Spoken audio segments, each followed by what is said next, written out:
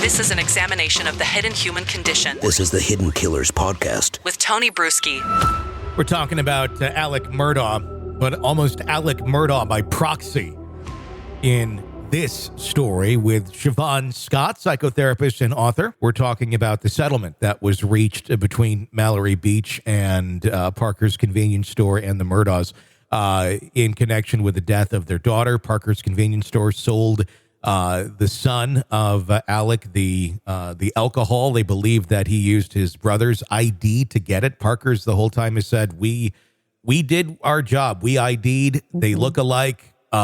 We really aren't at fault here, but in fact they did. They sold it. I don't really know how else you really do that until I don't know how you would. They would not have sold that alcohol right. At that point. But what's interesting in this is that in South Carolina law, if Parker's was found to be even 1% at fault for this, they would have had to pay the entirety of any verdict rendered against the Murdaugh family. Because my question is going to be, where's the money coming from? Well, Parker's is turns out, wow. and Parker's attorneys and their legal counsel said, let's just settle this. It's not going to be worth it. Murdaugh's already too stained. We're going to lose this.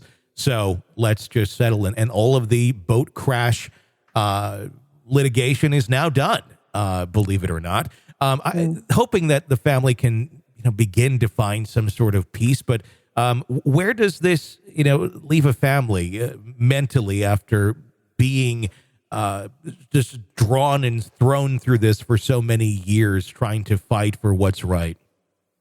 Yeah, it's got to just be a nightmare for them. And in some cases, after there's some kind of judgment just by the fact that they were, it went in their favor, sometimes families feel a bit better.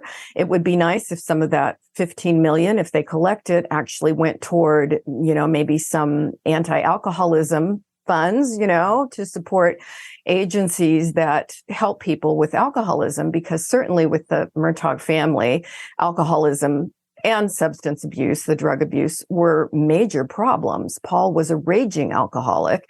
So the whole thing is just a nightmare. And I hope that they have some degree of, coming to some acceptance and peace with it. Often people really need to see some kind of court process where they feel like, okay, things have been, adjudicated to show that there was really a crime here. Mm-hmm. And hopefully this makes them feel a little bit better.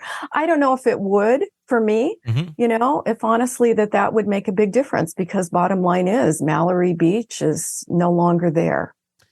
I agree. I mean, I don't think if you lose your daughter, there's any amount of money that's ever going to make you feel like whole or like this is, this is great. Let's continue. I mean, obviously you want to be able to continue on with your life as best you can.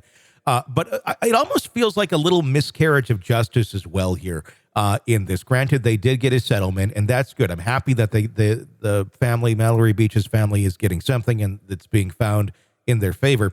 But at the same point, Murdaughs are off the hook on this civilly. Yeah. They didn't have to pay a dime. Not that there's really much left to pay. They did settle earlier in the year with Mallory Beach's family for a smaller amount. But that, too, it's up in question as to who's ever going to see what from any of this. Yeah. And it really doesn't seem fair that the liquor store, the convenience store, got stuck with this whole thing because, as you say, those two brothers, you can certainly see in a driver's license photo, would resemble each other a lot.